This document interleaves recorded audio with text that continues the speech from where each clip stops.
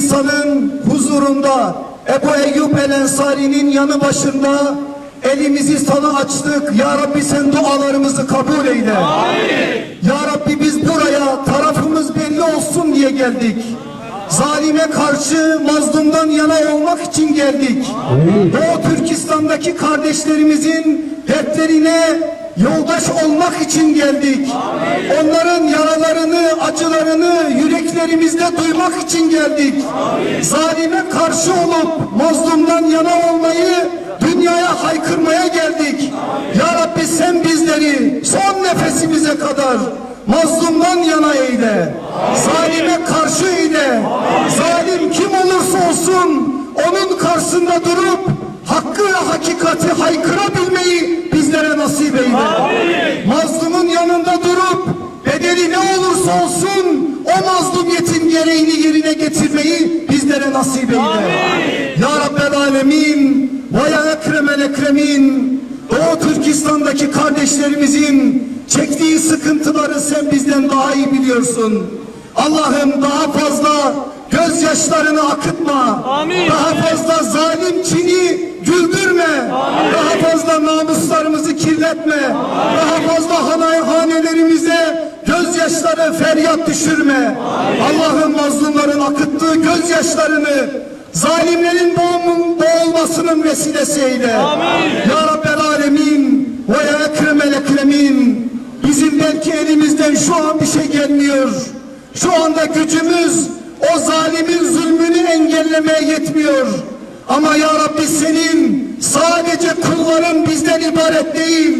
Sen bazen zalimi de zalimin önüne koyarsın. Zalimi de zalimle götürürsün. Allah'ım sen zalimleri zalimlerle başımızdan def et. Allah'ım sen en yakın zamanda görünmez ordularınla zulüm içerisinde olanların zulümlerini bitir. Amin. Ebabillerini gönder ya Rabbi. Amin. Eğer fil varsa ebabil de vardır.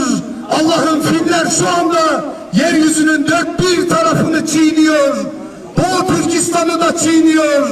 Sen en yakın zamanda rahmetini, inayetini üzerlerimizden eksik eyleme. Amin. Ya Rabbel Alemin ve ya Ekremel Ekremin, dünyanın neresinde olursa olsun bütün mazlumlar için şu anda senden yardım ve inayet istiyoruz.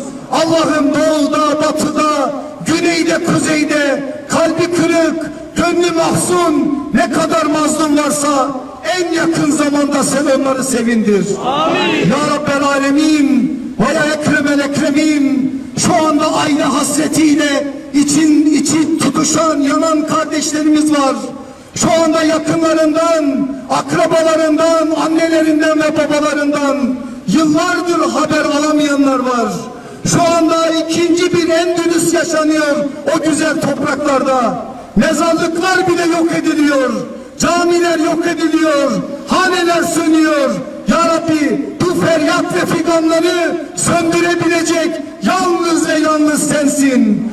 Onların topu, tüfeği, şuyu buyu olabilir ama bizim sadece senimiz var.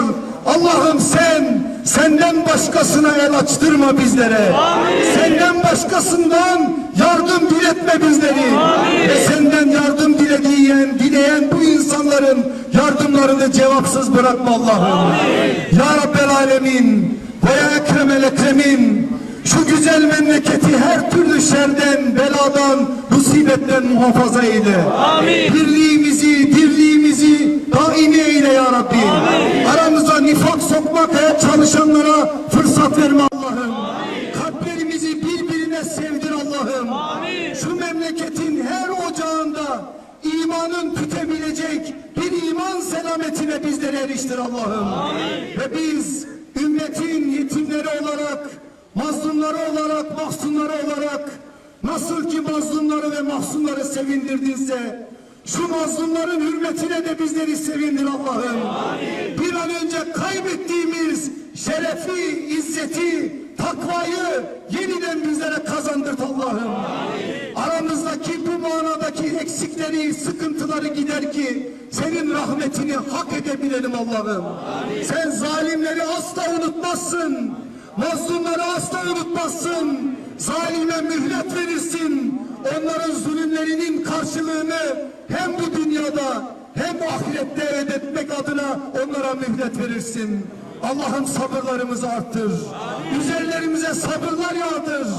Senden ve senin yardımından hiçbir zaman ümit kesme adına bir gaflete düşürme bizleri Allah'ım. Ve en son gün inşallah dünyanın dört bir tarafında ilahi kelimetullah'ın bayrağının çağladığı günlere bizleri eriştir Allah'ım. Yeniden dünyaya adalet götürecek, merhamet götürecek, muhabbet götürecek şu milletin aziz evlatlarına yeniden o şerefi tattır Allah'ım. Dualarımızı kabul eyle, günahlarımızı affeyle ve en yakın zamanda mazlumlara bir çıkış yolu nasip eyle Allah'ım. Ve sallallahu ala seyyidina Muhammedin ve ala ali seyyidina Muhammed ve ahiru davana enilhamdülillahi rabbil alemin. El Fatiha. Evet, tüm dünya mazlumlarına bir dua vesilesiyle rahmetli Muhsin Başkan'ın sözüyle ben Türk'üm, Türk esir olmaz. Ben Türk'üm, Türk devletsiz olmaz. Ben Türk'üm, Türk hürriyetsiz olmaz. Ben Türk'üm, Türk ezansız olmaz. Rabbim bütün